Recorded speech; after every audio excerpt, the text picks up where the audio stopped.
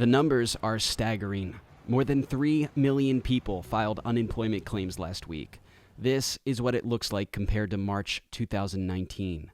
Justine Setner of Freehold, New Jersey, is one of the newly unemployed. I have stuff saved up, but certainly not enough on barely over a minimum wage salary. Across the country, the surge in job losses is overwhelming unemployment offices that were not prepared to process so many new claims. Some of our residents have been impacted in major ways. They're losing their employment.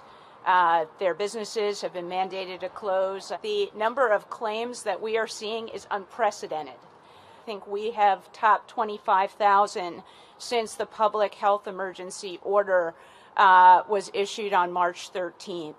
I have not yet heard back. I've been checking, but I'm sure they're overwhelmed with many people, so I'm being patient with that. The new stimulus package is going to extend unemployment benefits and make those available to more people. But economist Pavlina Chernova says that the damage done to the economy is going to require a totally different approach.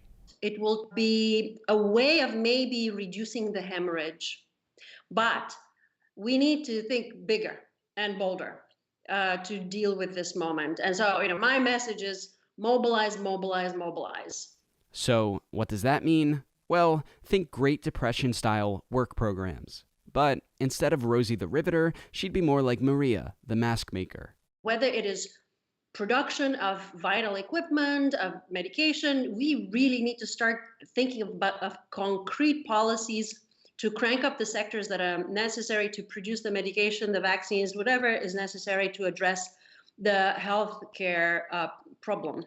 Chernova says unemployment insurance is not going to address the long tail of massive job losses.